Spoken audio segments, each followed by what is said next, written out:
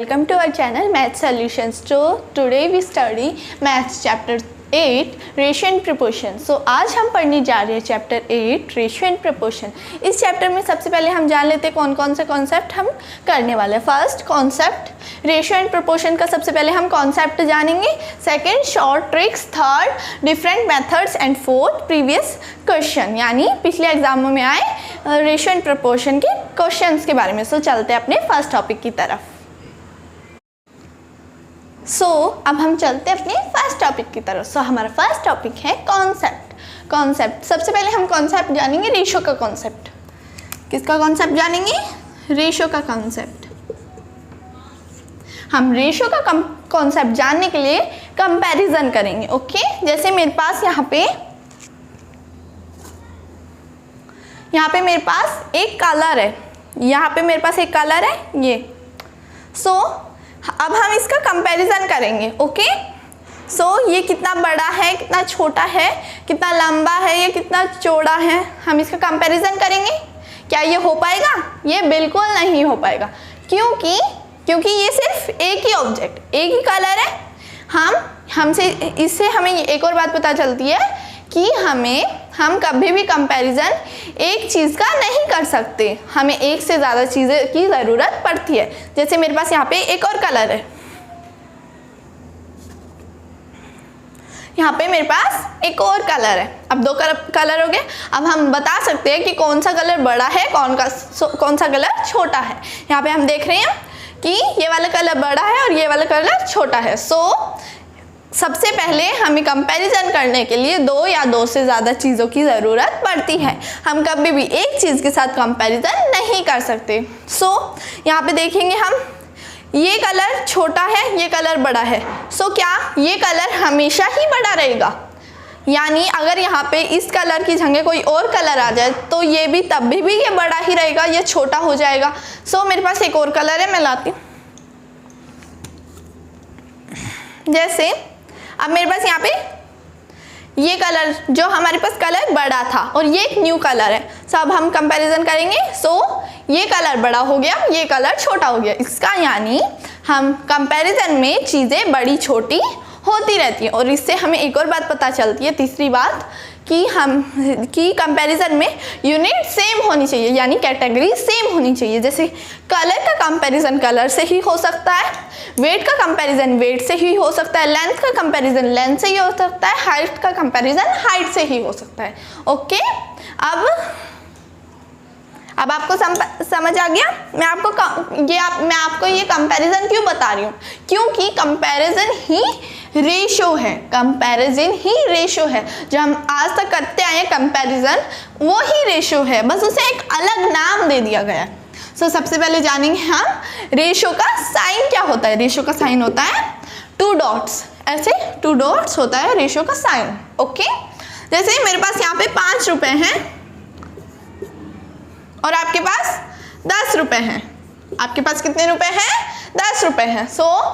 सबसे पहले इससे हमें क्या पता चलेगा? यहाँ पे सबसे पहले हम देख लेते हैं, इनकी यूनिट सेम है. ये रुपए है, ये भी रुपए है. ये दो चीज़ें हैं, दो चीज़ें हो सकती हैं या दो से ज़्यादा भी हो सकती है, लेकिन 1 नहीं हो सकती, क्योंकि एक चीज़ का हम कंपैरिजन कर ही नहीं सकते.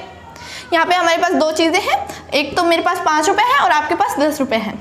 ओके, यहाँ पे हमें एक बात पता चलती है कि जो मेरे पास जो 5 रुपए हैं वो आपके रुपए से आधे हैं, यानी 10 से हाफ है 5 रुपीज़, यहाँ ना. और इससे एक और बात पता चलती है, मेरे पास 5 रुपए हैं, 5 से डबल है 10 रुपीज़. ओके, इसके बीच में हम एक साइन लगा देंगे, रेशियो का साइन. कौन सा साइन? रेशियो का साइन. इस रेशियो का साइन का मीनिंग क्या होता है? जहाँ पे भी आपको ये साइन दिख जाए ना, समझ जाना कि वहाँ पे हमें क्या, यहाँ पे इसका मीनिंग होगा डिवाइड. क्या मीनिंग होगा? डिवाइड. हमें 5 डिवाइड बाय 10. हम डिवाइड करेंगे, कितना आएगा? 1/2, यानी 1:2. 1:2. ये रेशियो दोबारा यहाँ पे कैसे आ गया? क्योंकि यहाँ पे क्या है? डिवाइड है, और डिवाइड को हम रेशियो में कन्वर्ट कर सकते हैं. ओके, हमारे पास 1/2 आ गया. मैंने आपको बोला था मेरे पास 5 रुपए हैं, आपके पास 10 रुपए हैं और मेरे पास 5 रुपए हैं, यानी 10 का हाफ आ गया 5। सो 1/2 का यानी half, 1/2 is equals to half. 1/2 का मीनिंग ही हाफ होता है। आ गया। देखो हमने 5 को, अगर हमने 10 को 5 से डिवाइड कर दिया तो आ गया 1/2, और अगर हम 10 को 5 से डिवाइड कर देते तो आ जाता, क्या आ जाता, 2 आ जाता, 2 आ जाता ना, क्योंकि इसका मीनिंग ये था 10 जो, ये जो 10 है वो डबल है मेरे वाले 5 रुपीज़ से, 5 रुपीज़ से डबल है 10, और अगर हम ऐसे करा हमने 5/10, सो यानी 10 वो जो 5 जो है वो हाफ है 10 से। समझ आ गया? हमारे पास 1/2 आ गया। क्या ये 1/2 इक्वल है 5/10 के? हाँ ये इक्वल है, बताती हूँ कैसे इक्वल है। 5/10 के क्या इक्वल है? 1/2। ओके, 1/2 इक्वल है कैसे? हमने इसको कट करा सो आया 1/2। यानी हमें जाना है कि 1/2 अभी भी कैसे इक्वल है। देखो यहाँ पे 5 जो है वो हाफ है किसका? 10 का। यहाँ पे भी 1 जो है वो हाफ है किसका? 2 का। यहाँ पे जो 10 है वो डबल है 5 का। यहाँ पे जो 2 है वो डबल है 1 का। क्लियर हो गया? अब हम चलते अपने प्रोपोर्शन की तरफ। अब हम समझेंगे अपने प्रोपोर्शन का कॉन्सेप्ट। ओके, सो हमारा नेक्स्ट टॉपिक क्या है? Concept of proportion. So proportion क्या होता है? पीछे हमने सीखा रेशियो का कंपैरिजन करना। ये दो रेशियो है, इन दोनों का कंपैरिजन करना, मतलब कि रेशियो का कंपैरिजन करना। एक रेशियो में क्या होते हैं? दो कोई यूनिट होते हैं और उनका हम कंपैरिजन करते हैं। लेकिन प्रोपोर्शन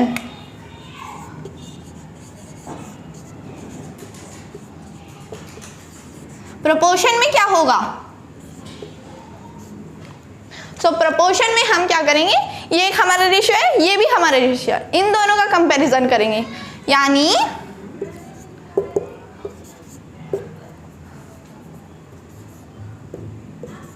ये एक रेशियो है, ये एक रेशियो है, इन दोनों का हम कंपैरिजन करेंगे। किसमें? प्रोपोर्शन में। प्रोपोर्शन में क्या होता है? दो रेशियो का हम कंपैरिजन करते हैं। एक अलग रेशियो होती है, एक अलग रेशियो होती है। जैसे मैंने यहाँ पे एक रेशियो ले रही हूँ 5/10, और यहाँ पे ले रही हूँ मैं 1/2। ओके, और ये प्रोपोर्शन, क्या ये प्रोपोर्शन का साइन क्या होता है? रेशियो का साइन हमें पता है, 2 डॉट होते हैं। सो प्रोपोर्शन का साइन क्या होता है? प्रोपोर्शन का साइन आता है 4 डॉट। कितने डॉट? 1 2 3 4 डॉट। सो हम इन दोनों का प्रोपोर्शन करने, कंपैरिजन कर रहे हैं। सो हम इसके बीच में 4 डॉट लगा देंगे। इस 4 डॉट का मीनिंग क्या होता है? यहाँ पे भी हमें 4 डॉट दिख रहा है, सो उसका मीनिंग होता है इक्वल टू। क्या मीनिंग होता है? Equal to. यहाँ पे हमें जैसे एक स्टेटमेंट देगी, आपके पास क्वेश्चन ऐसे आ सकता है, एक हमें स्टेटमेंट देगी, अब हमें बताना है क्या ये सही प्रोपोर्शन है या गलत प्रोपोर्शन है, यानी क्या ये दोनों रेशियोज इक्वल हैं, क्योंकि इसका साइन होता है इक्वल। सो क्या ये दोनों रेशियोज इक्वल है, हमें ये बताना होता है उस क्वेश्चन में। सो सबसे पहले इसे सॉल्व कर देंगे। 5/10, क्योंकि जो हमने पढ़ा था रेशियो का साइन क्या होता है? डिवाइड होता है, और प्रोपोर्शन का साइन होता है इक्वल। सो कट जाएगा, क्या आएगा? 1/2, यानी 1/2। इस प्रोपोर्शन का साइन क्या होगा? इक्वल टू, और 1/2 एज इट इज। सो हाँ, ये प्रोपोर्शन बिल्कुल ठीक है, क्योंकि ये दोनों रेशियोज एक दूसरे के इक्वल है। प्रोपोर्शन में क्या होता है? एक और बात बता रही हूँ, प्रोपोर्शन में क्या होता है? दो रेशियोज की कंपैरिजन होता है, और रेशियो में क्या होता है? 2 यूनिट्स का कंपैरिजन होता है। ये आपको याद रखना है। सो अब हम चलते हैं अपने नेक्स्ट टॉपिक की तरफ।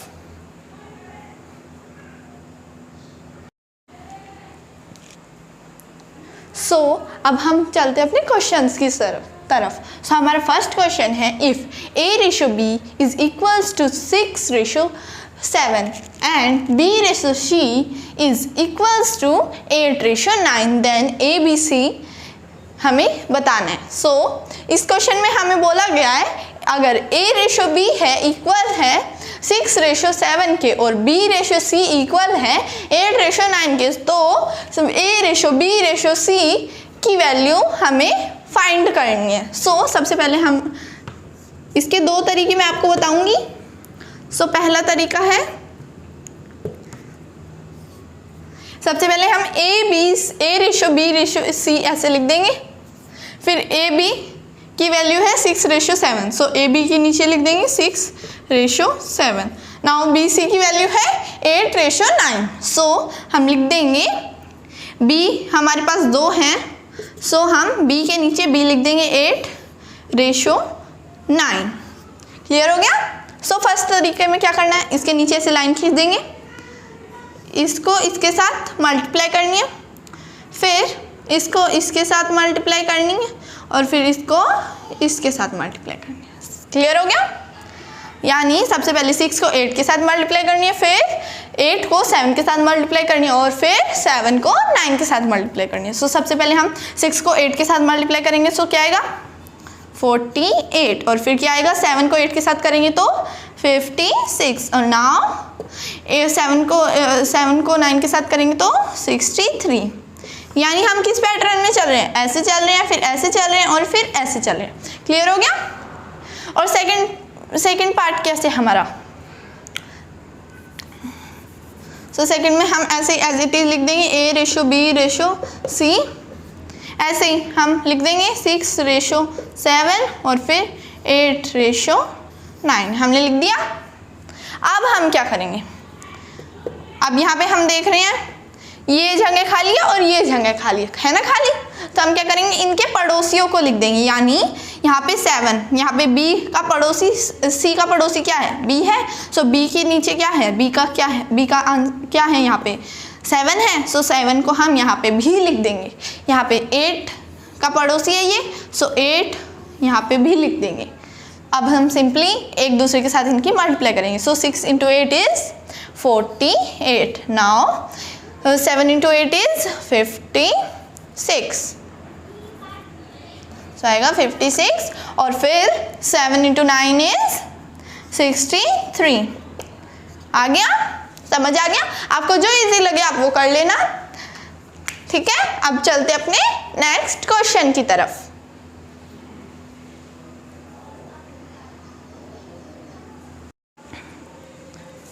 सो यहाँ पे हमारा सेकंड क्वेश्चन है, sum of the two number is 40 and their difference is 4, so what is the ratio of the number.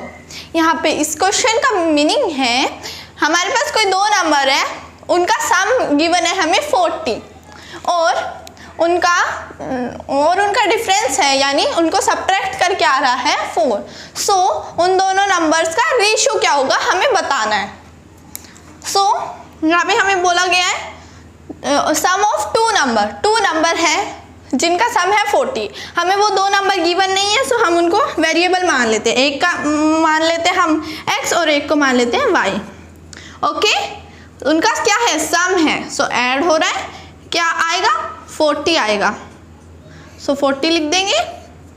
Now अब उनका डिफरेंस कितना है, अब x और y का डिफरेंस हमें बता रहा है कितना है 4 है, सो 4 लिख देंगे।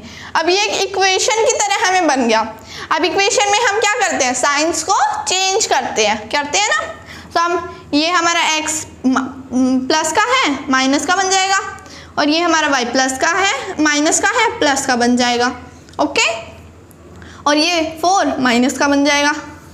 अब हम इसे सॉल्व कर देंगे, प्लस x और माइनस x एक दूसरे के साथ कट गए, और फिर 4 और 4 बच गए, क्या y और y बच गए, तो क्या बन गया y plus y is 2y, फिर equals to 40 minus 4 is 36। So 2x की वैल्यू आ गई 36, यानी 2 × y इज इक्वल्स टू 36। यहाँ पे ये मल्टीप्लाई में है, उधर जाके डिवाइड में हो जाएगा, सो y इज इक्वल्स टू 36/2। सो हम कट कर देंगे, 2 की टेबल में 36 कितने पर आता है ये आता है 18 पर।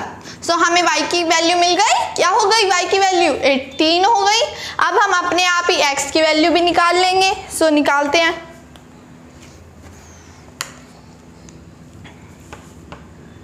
सो हमें y की वैल्यू मिल गई। y की वैल्यू क्या है?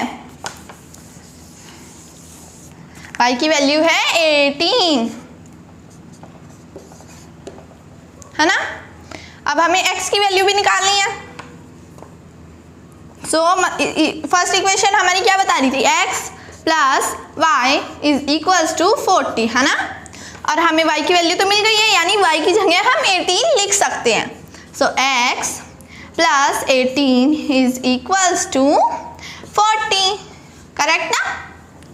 सो यहाँ पे x यहाँ पे प्लस का है, ये वेरिएबल है और ये कांस्टेंट है। ये प्लस का है, उधर जाके माइनस में हो जाएगा, यानी यहाँ पे x रह गया और उधर जाके ये 18 माइनस का हो गया। सो हम करते हैं 40 माइनस 18। सो 10 में से 8 गए 2 और 3 में से 1 गया 2। सो क्या आ गया? 22, यानी x की वैल्यू आ गई 22। इसमें हमें बोला था इनका सम है इतना और इनका डिफरेंस है इतना। सो हमें वो दोनों नंबर्स, जो ये दोनों नंबर्स आए हैं हमारे पास, इनका रेशियो बताना है ना। सो हम एक्स वाई का रेशियो बताना है। एक्स रेशियो वाई का इज इक्वल्स टू 18 रेशियो 22। आ गया इनका रेशियो, समझ आ गया, क्लियर हो गया। सबसे पहले हमने क्या करा? इक्वेशन की तरह लिख लिया, फिर इक्वेशन को सॉल्व कर लिया, फिर y की वैल्यू आ गई और फिर हमने x की वैल्यू भी इसी तरीके से निकाल ली। हमें एक नंबर गिवन हो, उसमें कुछ जैसे अगर हमें निकालना हो x, यहाँ पे हमें एक वेरिएबल गिवन है, एक हमें नंबर गिवन है, इजीली निकाल पाएंगे। कुछ बच्चों को तो ऐसे ही आ गया होगा ये कि 20 में कितना ऐड करें कि 40 आ जाए, आ गया होगा, लेकिन कुछ होगा नहीं आया होगा। सो ये प्लस का इधर ये 20 के साथ ये प्लस है, उधर जाके ये माइनस का हो जाएगा। सो 40 और यहाँ पे और क्या बच जाएगा? x बच जाएगा। सो 40 माइनस 20 इज 20। सो x की वैल्यू आ गई 20। अगर हमें एक नंबर गिवन हो, वो ऐड कर रहे हो, सब्ट्रैक्ट कर रहे हो, अगर यहाँ पे अगर यहाँ पे सब्ट्रैक्ट होता, यहाँ पे ये सब्ट्रैक्ट का है, उधर जाके फिर क्या हो जाता? ऐड का हो जाता, फिर ये ऐड हो जाता, क्या आ जाता? 60 आ जाता। हो गया, बहुत इजी है। अब हम चलते हैं अपने नेक्स्ट क्वेश्चन की तरफ, तब तक आप इसे नोट कर लो।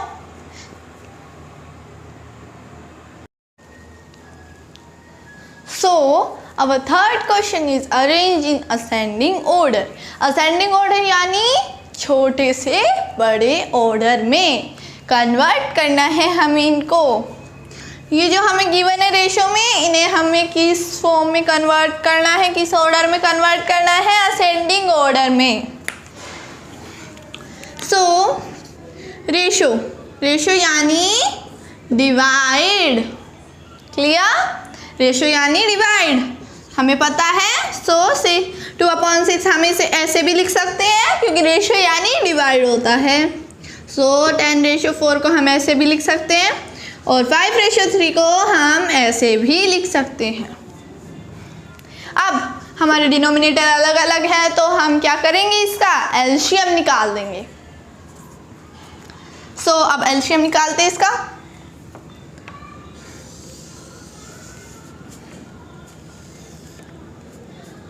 सिक्स का निकालना है, 4 का निकालना है और 3 का निकालना है। सबसे पहले 2 से डिवाइड करेंगे। 2 की टेबल में 6 3 पर आता है, 2 की टेबल में 4 कितने पर आता है? 2 पर, और 2 की टेबल में 3 आता ही नहीं है। नाउ 2 से दोबारा 3 एज इट इज, क्योंकि 3 आता ही नहीं है। 2 की टेबल में 2 आता है 1 पे, 2 की टेबल में 3 आता है, 3 आता ही नहीं है। सो 3 को एज इट इज लिख देंगे। नाउ 3 1 1 1 आ गया हमारा 1 1। 2 इंटू 2 इज 4, 4 इंटू 3 इज 12। सो हमारा एलसीएम आ गया 12। सो अपॉन में हम 12 लिखेंगे। नाउ जो हमारा ये वाला डिनोमिनेटर है, अब कुछ बच्चों को प्रॉब्लम रहती है, वो यहाँ तक तो सॉल्व कर लेते हैं लेकिन इससे आगे कर नहीं पाते हैं। सो हम क्या करेंगे, हम ये नहीं करेंगे इसे असेंडिंग ऑर्डर में चेंज करने के लिए, ये नहीं करेंगे। Simply 2/6 simple. 6 को किसी ऐसे नंबर से मल्टीप्लाई करके देखो कि हमारा एलसीएम है, और एलसीएम क्या है, एलसीएम हमारा 12 है। 6 को किसी ऐसे नंबर से मल्टीप्लाई करो कि क्या आए, 12 आए। यानी 6 को किसी ऐसे नंबर से मल्टीप्लाई करो कि क्या आए, 12 आए। हमेशा डिनोमिनेटर, ये जो 2/6 है ना, कभी भी कुछ बच्चे क्या करेंगे, 6 को तो मल्टीप्लाई कर देंगे ऐसे नंबर से कि 12 आ जाएगा, उन्होंने कर दी। फिर क्या करेंगे, वो ये भी सोचने लग जाएंगे कि 2 को किस नंबर से करेंगे कि 12 आ जाए। जी नहीं, ये गलत हो जाएगा। सबसे पहले जान लेते हैं 6 को 2 से मल्टीप्लाई करें तो क्या आएगा, 12 आएगा। और जैसे कुछ बच्चे कंफ्यूज हो जाते हैं, निकाल ही नहीं पाते कि किस नंबर से मल्टीप्लाई करें कि 12 आए। सो क्या करेंगे, 12 को उस नंबर से मल्टीप्लाई कर देंगे जो नंबर हमें, जिस नंबर को हमें मल्टीप्लाई करना है 6 से, वो नंबर फाइंड करने के लिए हमें 6 से 12 को डिवाइड करना पड़ेगा। सो आ गया 2। नाउ 6 2 जा 12। यहाँ पे 2 से मल्टीप्लाई करेंगे तो ऊपर भी 2 से ही करना, चाहे कुछ भी आए। सो 2 × 2 इज 4। फर्स्ट की वैल्यू आ गई। Now second 10/4 into now 4 denominator को किसी ऐसे नंबर से मल्टीप्लाई करो कि क्या आए, कि आए 12 आए, डिनोमिनेटर में 12 आए। करो, सोचो, नहीं निकल पा रहा है ना। तो क्या करेंगे, 12 को 4 से डिवाइड कर देंगे।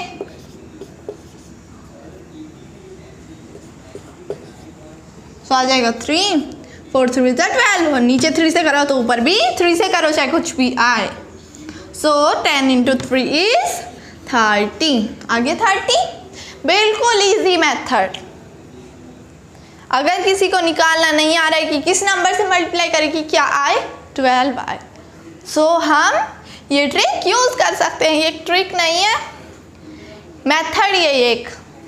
सो नाउ हमारी लास्ट फ्रैक्शन रह गई 5/3 को किसी ऐसे नंबर से मल्टीप्लाई, 3 को, ओनली 3 को देखेंगे हम।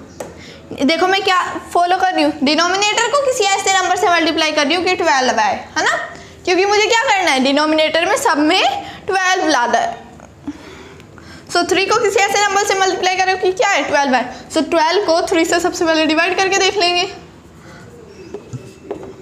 सो क्या आएगा, 4 आएगा। 4 अगर हम 3 को 4 के साथ मल्टीप्लाई करेंगे तो क्या आएगा, 12 आएगा। नाउ 5 को भी 4 के साथ ही मल्टीप्लाई करेंगे। फिर अब एक बात बता रही हूँ, मैं आपको बता रही हूँ किसी ऐसे नंबर से मल्टीप्लाई करो कि 12 आए। ये मैं आपको से क्यों करवा रही हूँ, ये मैं आपसे इसलिए करवा रही हूँ ताकि इनके जो डिनोमिनेटर्स हैं वो सेम हो जाए। अगर डिनोमिनेटर सेम मिलते हैं हमें इनके तो बहुत अच्छी बात है, अगर नहीं मिलते हैं तो हमें इस तरीके से उनको करना पड़ता है सेम। अब जो ये 4/12 ये किसकी वैल्यू है, 2/6, यानी 2:6 की वैल्यू है। नाउ 10/4 की वैल्यू क्या है, 30/12, और 5/3 की वैल्यू क्या है, 26/12। इनके सबके डिनोमिनेटर सेम होगा, 12 12 12।